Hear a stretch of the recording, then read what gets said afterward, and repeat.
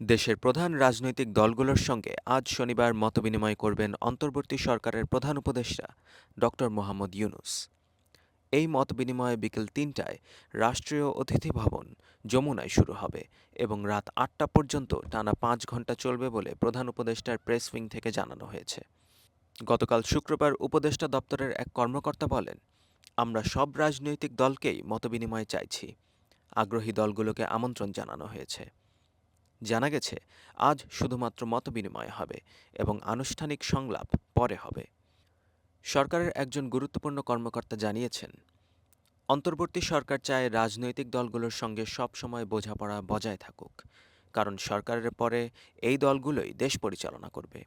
এজন্য প্রধান উপদেষ্টা দলগুলোর মতামত জানতে এবং তাদের চাহিদা ও সংস্কার প্রস্তাবনা শোনার জন্য মতবিনিময় করবেন।